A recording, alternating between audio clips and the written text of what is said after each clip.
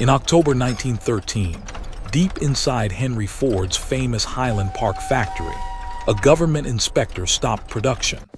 500 forged steel axles meant for Army supply wagons failed inspection by a fraction of a millimeter. To the naked eye, the mirror-like metal surface looked completely perfect.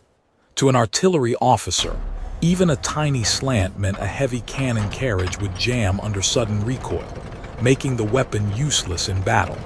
Ford's top mechanics panicked. Their heaviest metal-cutting machines pushed carbon steel tools to the absolute limit. Yet every pass tore microscopic scratch marks into the extra-hard steel alloy. The Army demanded exact precision, but American manufacturing had hit a wall.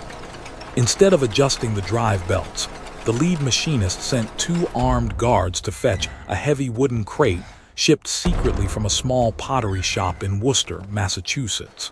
Opening the crate, workers found 4 slate-gray ceramic discs that smelled like wet river clay. Mechanics mounted one disc onto a fast-spinning spindle, brought it up to 6,000 surface feet per minute, and touched it to the metal shaft. Amber sparks rained down across the factory floor. Within a few hours, all 500 rejected axles passed inspection down to a tiny hair. A small pottery shop had solved the biggest manufacturing bottleneck of the industrial age. You are watching Rivet and Rebar, where we explore the industrial giants and mechanical sagas that quietly built our modern world. If you love forgotten history and precision engineering, please take a second to like this video and subscribe to our channel. Long before Worcester became the grinding wheel capital of the world, it was a quiet New England city filled with horse-drawn wagons, coal stoves, and small artisan workshops. Back in the early 1870s, Water Street was home to a modest pottery shop owned by Frank Norton. His business was simple, honest, and traditional. Norton's kilns produced basic stoneware like butter crocks, clay water jugs, whiskey jars, and heavy bean pots for local households across Massachusetts. Standing at the pottery wheel was Sven Pulson, a Swedish immigrant with a natural talent for physical craft. Starting as a floor sweeper, Pulson learned how clay behaved under heat, how it shrank in the kiln, how silica melted, and how trapped air bubbles caused pottery to shatter. During his off hours, Pulson visited nearby machine shops. He watched machinists battle the agonizing physical limits of late 19th century metalworking. At the time, metal shops used natural sandstone wheels dug from quarries in Ohio and Canada to sharpen cutting tools and smooth out raw iron castings. These sandstone wheels were dangerous and unreliable. Quarried from natural rock seams, their grain structure was uneven throughout the body. Soft sand inclusions sat right next to hard rock spots. When spun at high operational speeds, centrifugal force exploited those internal weak spots. Sandstone wheels exploded without warning, throwing sharp rock fragments that injured machinists and smashed heavy machinery. Even when sandstone wheels stayed together, they wore down with agonizing speed. Machinists tried bonding natural emery stone, a heavy mineral compound of corundum and iron, using rubber, shellac, or animal glue. Unfortunately, friction heat quickly melted those organic glues. The wheels became sticky, burned the metal workpieces, and lost their shape after just a few passes. Metalworking was locked in a bitter stalemate. Blast furnaces could pour thousands of tons of raw iron, but machine shops could not shape hardened steel accurately or quickly. Sven Pulson looked at the soft clay sitting in Norton's mixing machine and wondered if the answer to cutting hard iron lay in the ancient craft of the potter's kiln. He decided to try an experiment. Late 19th century industry faced a massive physical wall. Steam engine cylinders flexed under heavy cutting bars. Train axle journals needed hours of manual rubbing with oil and abrasive powder to achieve a passably smooth surface. Hardened steel, the exact material needed for high-pressure boilers, rifles, and strong factory tools, was almost impossible to shape once hardened. A lathe tool bit made of high-carbon steel would dull in seconds against glass-hard metal. Factories could heat steel to make it strong, but once hardened, the metal could no longer be trimmed to exact dimensions. Seeking a real solution, Sven Pulson created a process called ceramic vitrification. In 1873, after dozens of failed attempts that cracked during drying or melted into useless slag inside the furnace, Pulson perfected a revolutionary new formula. He mixed crushed abrasive emery grains with precise amounts of pottery clay and feldspar powder, added water to create a thick liquid slip, poured it into metal hoops, and allowed the discs to dry slowly. Once cured, these raw wheels went into Norton's coal-fired kilns, baking at blistering heat over 2,400 degrees Fahrenheit for nearly a full week. Baking inside that fierce heat brought about a true chemical miracle. The clay melted into a continuous ceramic glass web that gripped every microscopic abrasive grain without covering its cutting edges. The resulting vitrified grinding wheel was chemically resistant, immune to coolant liquids and friction heat, and completely uniform from edge to center. Observed in operation, this ceramic wheel behaved like nothing the industrial world had ever seen before. It acted like a cutting tool containing millions of microscopic sharp chisels. As outer abrasive grains dulled under friction, the rising cutting force fractured the ceramic bond holding them, dropping exhausted grains and instantly exposing fresh, razor-sharp cutting points underneath. The wheel was self-sharpening. Consider what that breakthrough really meant for factory production. Instead of a steel cutting tool dulling after 10 minutes of heavy work, a vitrified grinding wheel kept cutting aggressively while holding dimensional accuracy down to tolerances thinner than a human hair, 1/30th the thickness of a single sheet of printer paper. Realizing this pottery experiment had outgrown basic clay crocks, a syndicate of visionary Worcester businessmen led by Milton Higgins and Charles Allen purchased the abrasive patent from Norton in 1885. They formed the Norton Emery Wheel Company and built a dedicated plant in Greendale, creating a culture of rapid economic innovation. Norton introduced transparent catalog pricing, standardized grain sizes, and reliable wheel grading systems based on grit hardness. When natural emery stone proved too variable in quality, Norton built electric arc furnace plants at Niagara Falls to synthesize pure crystalline minerals called alundum and silicon carbide. They achieved total production control, managing every single step from raw mineral fusion to final high-speed spin testing. Legendary timing transformed the company's future. Right as Norton perfected mass-produced vitrified wheels, Henry Ford was attempting to build an affordable automobile for everyday families. Without Norton's vitrified grinding wheels, Ford's moving assembly line would have ground to a dead halt. The Model T required hardened crankshaft journals, precision-ground camshaft lobes, ground spring pins, and glass-smooth cylinder walls. Norton's grinding wheels turned precision grinding into the main pillar of global mass production. As the 20th century began, the Norton Emery Wheel Company grew from a regional workshop into an industrial titan that shaped world manufacturing. The company's Greendale campus expanded into a vast red-brick industrial metropolis spanning hundreds of acres, complete with its own dedicated rail lines, power generation plants, and continuous tunnel kilns that burned around the clock. However, the true test of Norton's physical endurance would come through the crucible of World War and natural disaster. When World War I erupted, the Allied military effort ran directly on Norton abrasives.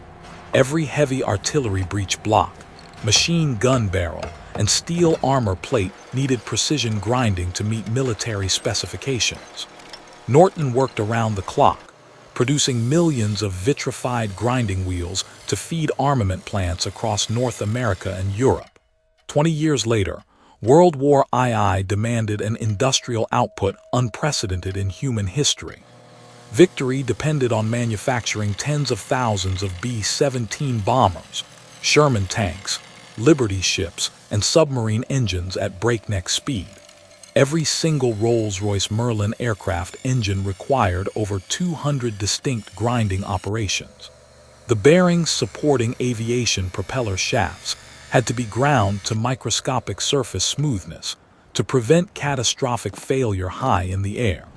Designated as a strategic national asset by the War Production Board, Norton operated under intense security. Armed guards patrolled the Worcester plant perimeter, while government couriers stood ready to rush experimental grinding wheels directly to aviation plants. Norton earned the prestigious Army-Navy Award for Excellence in War Production.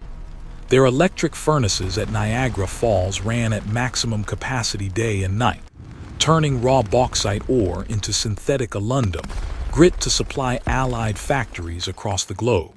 Hardship hit home as well as foreign battlefields. In June of 1953, a devastating F4 tornado struck Worcester, ripping a path of destruction straight through the city's industrial corridor. The tornado tore roofs off manufacturing bays, shattered brick walls, and severed electrical grid connections across the entire Norton complex. Disaster left heavy cast iron machinery exposed to pouring rain and flying debris inside the damaged plant. Yet the spirit of New England heavy industry held firm. While emergency crews cleared rubble, Norton workers covered precision spindles with greased canvas, repaired power lines by hand, and brought the kilns back online in record time. Smoke was soon rising from the Greendale stacks once again. They held the line. Let us return to that mystery from October 1913 inside Henry Ford's Highland Park plant. What really occurred inside that locked room when those gray ceramic wheels arrived from Worcester? The true story behind the Federal Artillery Inspector's shutdown order reveals the deep connection between ceramic abrasives and the birth of modern mass production. The 500 heavy caisson axles sitting on Ford's shop floor were forged from vanadium alloy steel, a special metal Henry Ford had discovered at a French motor race. Vanadium steel possessed incredible tensile strength, allowing vehicle frames and axles to absorb brutal road impacts without bending or snapping. However, that exact toughness made vanadium steel an absolute nightmare to machine using conventional cutting tools. When Ford's lathe operators attempted to turn the hardened caisson journals to final dimensions, extreme friction caused high-carbon steel tool bits to chatter, flex, and dull instantly. Microscopic ridges were left along the bearing surface. Under hydraulic recoil testing, those microscopic ridges chewed through leather oil seals in seconds, causing fluid leaks that rendered the field guns useless in combat. Faced with strict military rules, the government inspector was enforcing tolerances that conventional metal-turning machinery simply could not achieve on hardened alloy steel. Ford was looking at heavy contract penalties and a complete breakdown of his manufacturing capabilities. The solution was not a heavier lathe or a sharper steel blade. The answer was Charles H. Norton's revolutionary cylindrical grinding machine, equipped with Sven Pulson's vitrified ceramic wheels. Engineered by Charles H. Norton, a brilliant mechanical engineer who joined forces with the Norton Emery Wheel Company. This massive machine tool featured a heavy cast iron bed, hand-scraped ways, tapered roller bearings, and a high-precision spindle. When the Worcester ceramic wheel was mounted onto the spindle, it sheared off billions of microscopic metal chips per second at surface speeds exceeding a mile a minute. Coolant flooded the contact zone, carrying away friction heat before thermal expansion could distort the workpiece. In a single pass, the vitrified wheel removed all chatter marks, bringing vanadium axles to an exact cylindrical accuracy within 1/10,000th of an inch. Watching axle after axle pass the dial indicator test with absolute repeatability, the inspector was thoroughly convinced. The dramatic reveal sent shockwaves through Henry Ford's executive team. Ford realized immediately that precision grinding was the missing key to his entire moving assembly line philosophy. For nearly a century, the Norton Company stood as a global monument to New England engineering excellence, employee loyalty, and uncompromising physical quality. The company operated under a philosophy of patient industrial stewardship. Profits were routinely reinvested into metallurgical research, massive physical infrastructure, and the long-term well-being of its workforce. Generations of Worcester families spent their entire working lives inside the Greendale plants, taking quiet pride in knowing that their vitrified wheels powered every major machine shop on Earth. By the late 1970s and 1980s, the landscape of global manufacturing began to shift beneath the feet of traditional industrial giants. Strong foreign competition, rapid advances in Japanese automated machine tools, and a changing economic paradigm began to put pressure on domestic industrial manufacturers. More dangerously, a financialized mindset took hold of American business. Wall Street began to view heavy manufacturing not as the foundational core of national wealth, but as an underperforming collection of physical assets waiting to be optimized on a balance sheet. The patient capital that built heavy machinery and ceramic research labs was increasingly replaced by quarterly earnings pressures, private equity restructuring, and corporate raids. In 1990, the quiet stewardship of Norton came to an abrupt end. The French industrial conglomerate Saint-Gobain launched a high-stakes $2 billion acquisition bid for the century-old Worcester Company. Despite local resistance and deep emotional ties across Massachusetts, the financial momentum of global corporate consolidation proved irresistible. Norton was acquired, absorbed, and folded into a multinational conglomerate. Corporate changes followed a predictable restructuring playbook. Headquarters were shifted, research divisions were decentralized, and historical manufacturing lines were streamlined or shut down completely. Large sections of the monumental red brick Greendale complex, where continuous tunnel kilns had burned for generations, were systematically demolished or repurposed.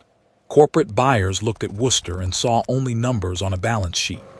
While the original corporation was restructured, the machinery itself survived.